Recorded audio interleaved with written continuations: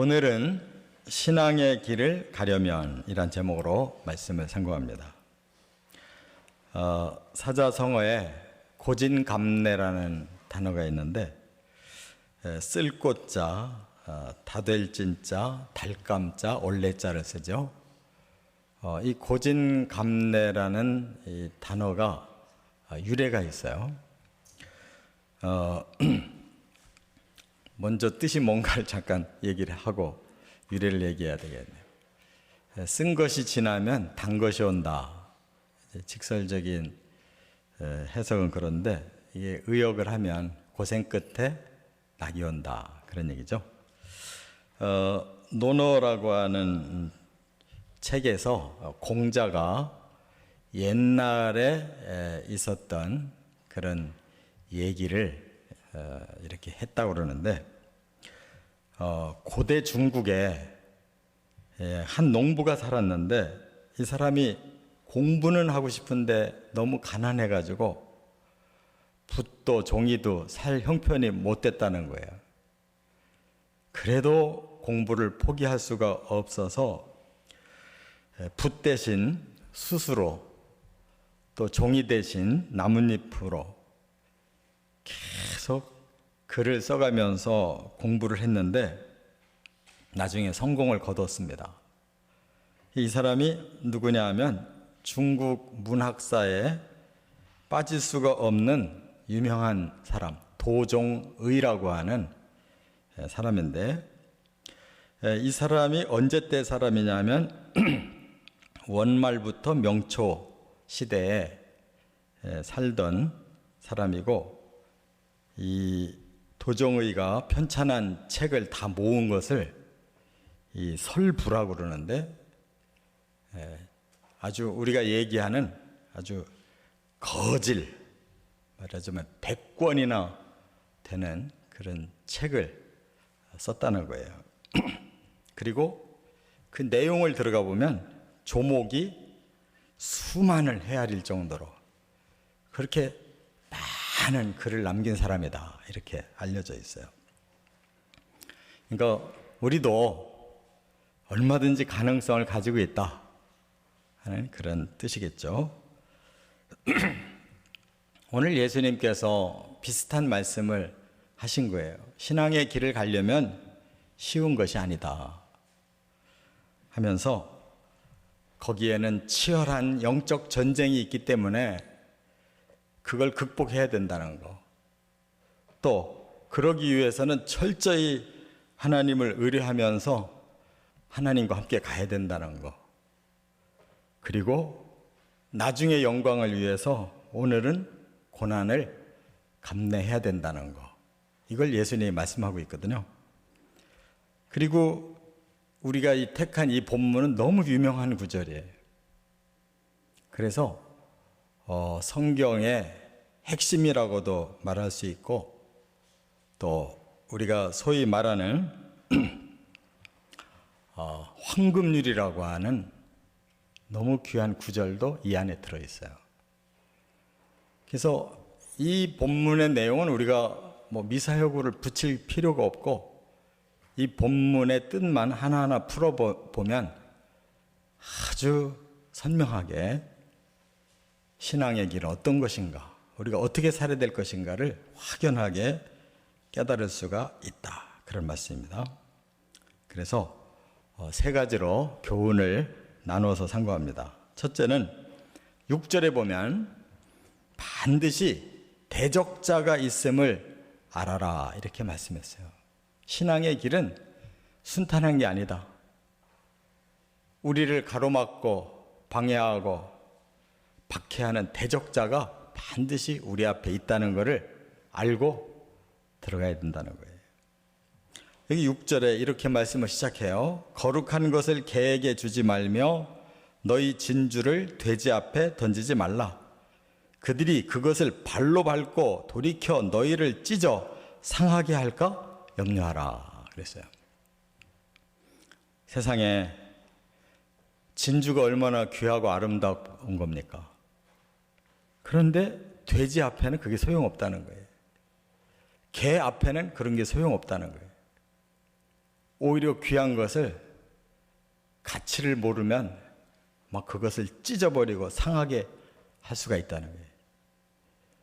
그렇다면 이 개와 돼지로 지금 비유하고 있는 이들이 누구겠느냐? 진짜 개와 돼지를 말하는 것이냐? 그렇지 않죠. 사람인데 돼지 같고 개 같은 사람이 있다는 거예요. 그 왜 이 짐승들을 특별히 예수님이 거명하셨냐면 구약에 보면 이들이 부정한 동물이에요. 그래서 바로 짐승 중에도 정한 것이 있고 부정한 것이 있는데 가장 치졸하고 가장 경계가 될 만한 사람을 빗대서 이렇게 말씀한 거예요. 그러면 그들은 어떤 사람들이냐? 바로 악한 사탄에게 사로잡혀서 변질되고 그 영혼이 타락해서 살아가는 사람들. 귀한 것을 귀한 줄 모른다는 거예요. 그러면 진주는 과연 뭘 의미하겠느냐? 진짜 진주를 말하는 것이냐? 아니에요. 이것도 상징이에요. 정말 사람들에게 가장 필요한 진주가 뭘까? 우리가 목에다가 매단다고 그것이 진짜 우리를 가치 있게 하는 거 아니잖아요. 그냥 이미테이션일 뿐이에요. 진짜가 아니에요. 그럼 진정한 진주를 우리가 가져야 되는데 그게 뭐냐? 하나님 진리라는 거예요. 우리를 진정으로 가치 있는 사람으로 만들어주는 그 힘이 바로 하나님의 진리를 통해서 주어진다는 거예요. 그런데 이 진리를 여기서 뭐라고 설명했는가 하면 거룩한 것을 개에게 주지 말라고 그랬어요. 그리고 진주를 돼지에게 주지 말라고 했으니까 진주는 거룩한 것이다. 거룩이라는 말은 하나님께만 쓰는 거예요. 그런데 하나님이 우리에게 주신 거, 가장 고귀한 걸 주신 거, 그 거룩한 것이 바로 하나님의 진리라는 말씀이에요.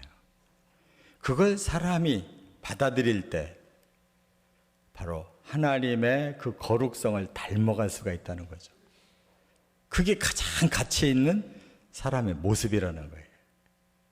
얼마나 대조가 됩니까?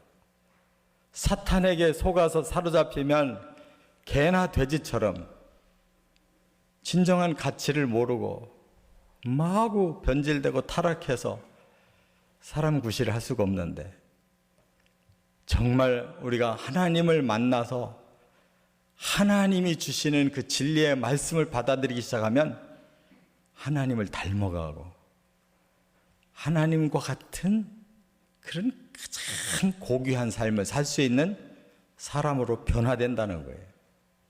이거 얼마나 명쾌한 진리의 말씀이에요. 그런데 각자가 자기 길을 가기만 하면 좋겠는데 이것이 순탄치 않다는 거예요. 우리가 하나님 진리를 받아들이고 진리대로 살아서 점점 진주같이 아름다운 삶을 살 수만 있으면 좋겠는데 그렇지 않다는 거예요. 뭐라고 그랬어요? 개나 돼지에게 그것을 주면 오히려 찢고 상하게 만든대요. 그러니까 악한 사탄은 바로 하나님의 진리대로 살아서 아름다운 진주처럼 변화되어가는 사람을 그냥 놔두지 않는다.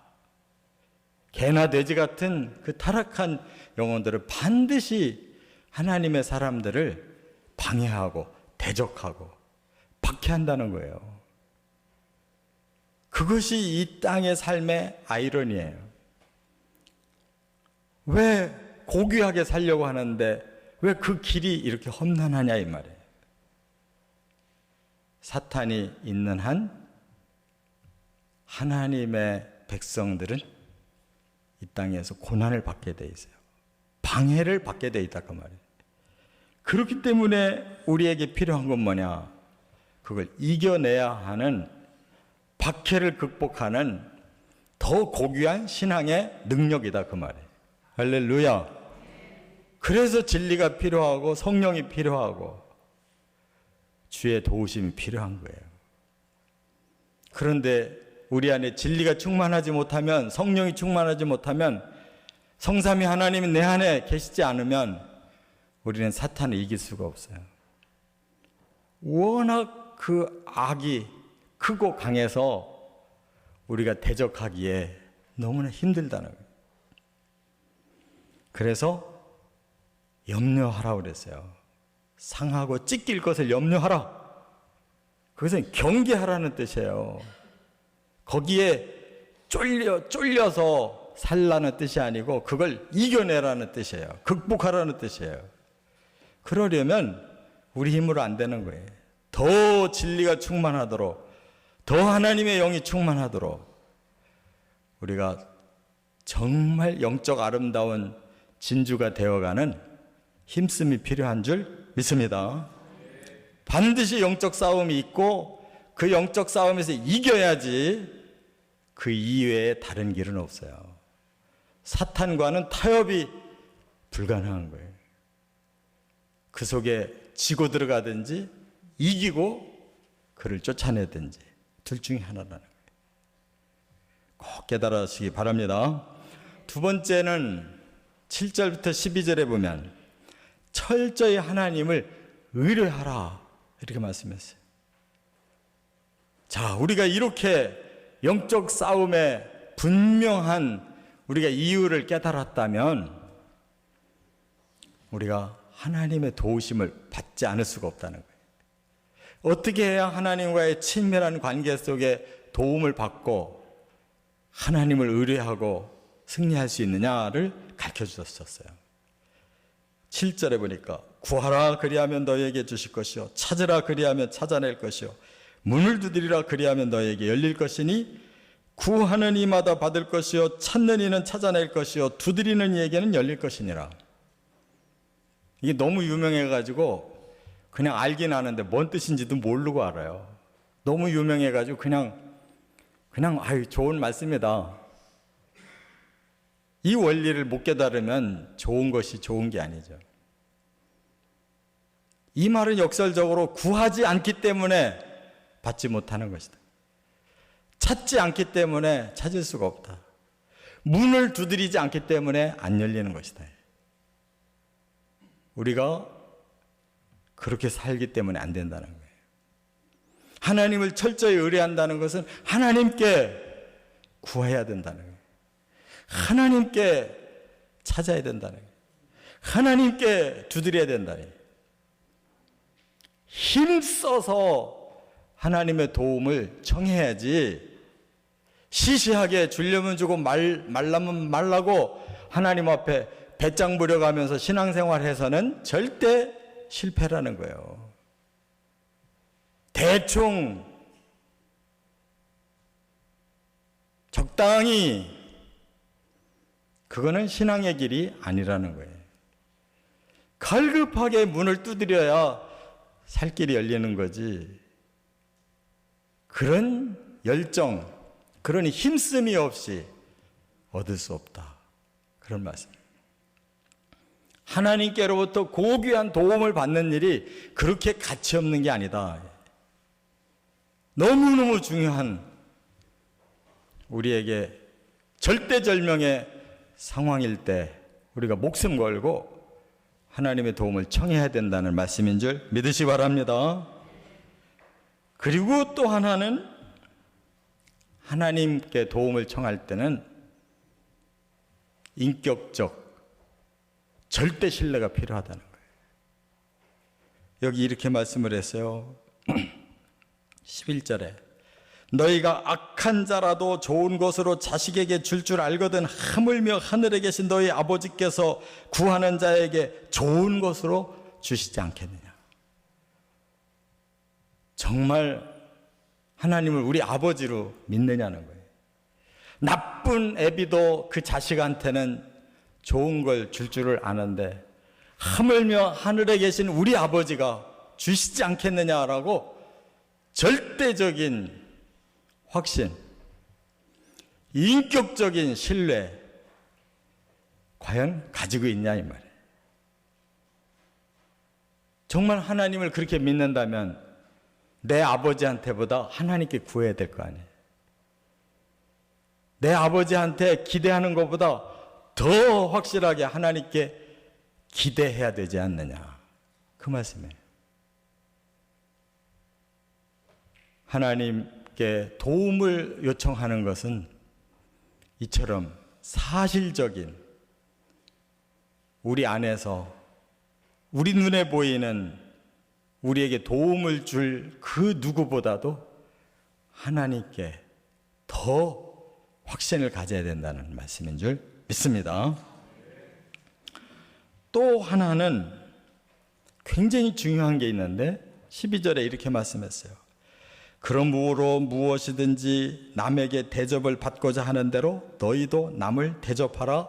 이것이 율법이요 선지자니라 그랬는데, 율법이요 선지자라는 말은 예수님이 구약성경을 일컫는 말씀이에요. 구약성경은 크게 둘로 나눠져 있어요. 율법서와 선지서로 나눠져 있어요. 이 말은 이것이 성경의 핵심이다. 성경의 핵심은 뭐냐? 남에게 대접을 받고 싶으면 네가 먼저 그렇게 실천해라. 그러면 반드시 오게 돼 있다는 거예요. 그 말은 한 걸음 더 나가면 네가 하나님께로부터 받고 싶으면 네가 먼저 하나님께 할 일을 실천하라는 거예요. 근데 우리는 행동하지 않으면, 기대만 하고 있으면 오지 않는다는 거예요. 얼마나 중요한 문제인지 몰라요. 그래서 믿음으로 순종하고 실천하는 가운데 하나님의 도우심을 받고, 우리가 믿음으로 먼저 하나님 앞에 나가는 만큼 하나님이 그걸 보시고 더 크게 우리에게 주셔서 하나님 뜻을 이루어가도록 밀어주신다는 거예요. 근데 우리는 가만히 앉아서 주시면 그만큼 하겠습니다. 그런 믿음이 없는 사람을 쓰실 수가 없다는 거예요. 아브라함도 가라고 하니까 어디로 가야 될지도 모르면서 자기가 살았던 그 정들고 또 대도시의 문명의 발상지에서 그 미지의 세계로 먼저 행동으로 순종해 나갔기 때문에 믿음의 선조가 된 거예요.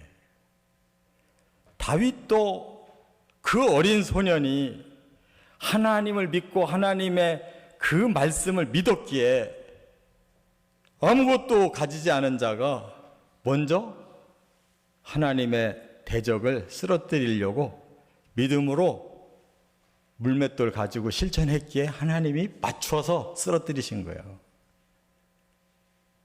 뭐든지 하나님의 일을 한 사람은 믿음으로 먼저 실천을 시작했을 때 하나님은 그에게 엄청난 것을 그 다음 주셔서 기적으로 열매를 맺었다는 거. 이 원리를 꼭 깨달으시기 바랍니다. 이것이 성경의 핵심이다. 우리가 바로 이 원리대로 살면 하나님께서 다 주시는 것이다 라고 말씀하고 있어요. 끝으로 세 번째, 13절, 14절에 보면 고난을 각오하라 이렇게 말씀했어요. 우리 사람의 길은 두 길이 있다고 그랬어요. 예수님이 13절에 좁은 문으로 들어가라, 멸망으로 인도하는 문은 크고 그 길이 넓어 그리로 들어가는 자가 많고.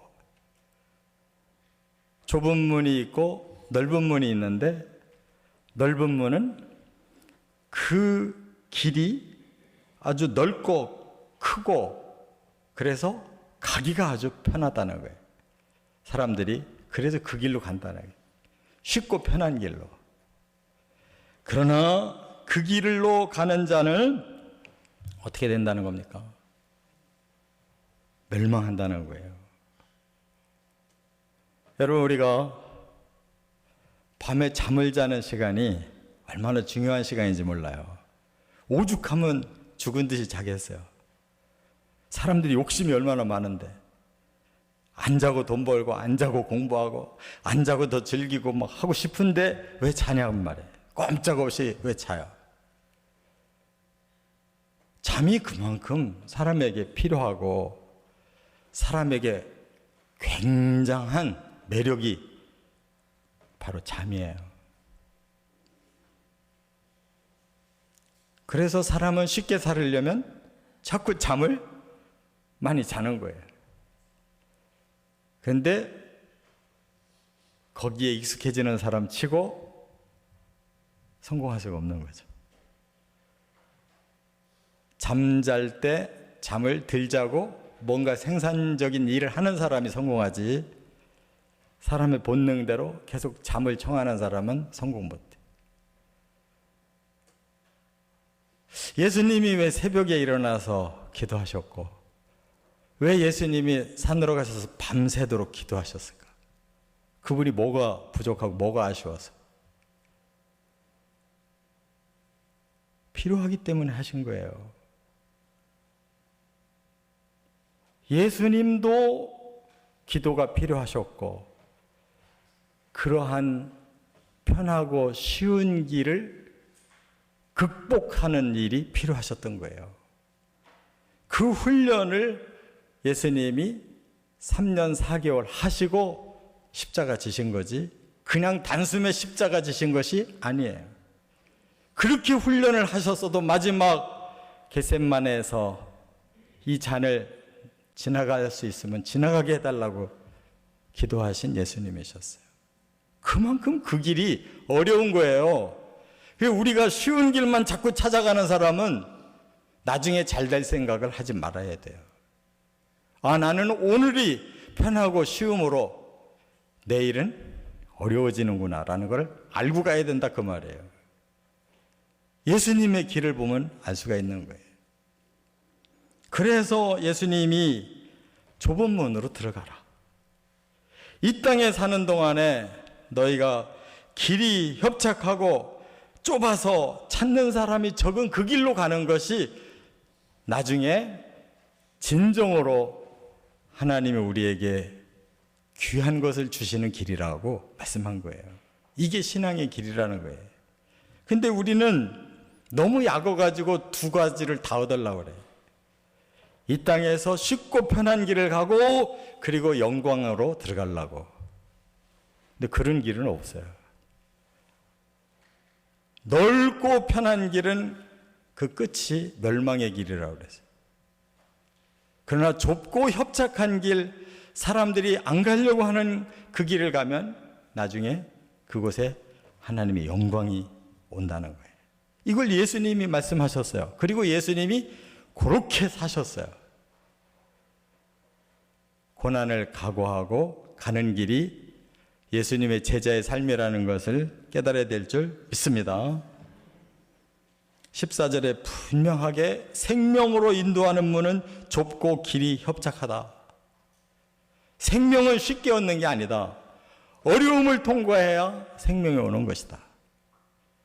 우리가 왜 예수 믿느냐? 하늘의 영원한 생명을 누리려고 예수 믿지, 이 땅의 작은 명예를 얻으려고 예수 믿는 게 아니다. 속지 말아야 돼요. 나는 이 땅에서 오히려 영광보다 고난 쪽을 선택하겠다. 편한 것보다 어려운 길을 가겠다. 멀리 보고 진정한 생명을 누리는 좁은 길을 가야 되겠다.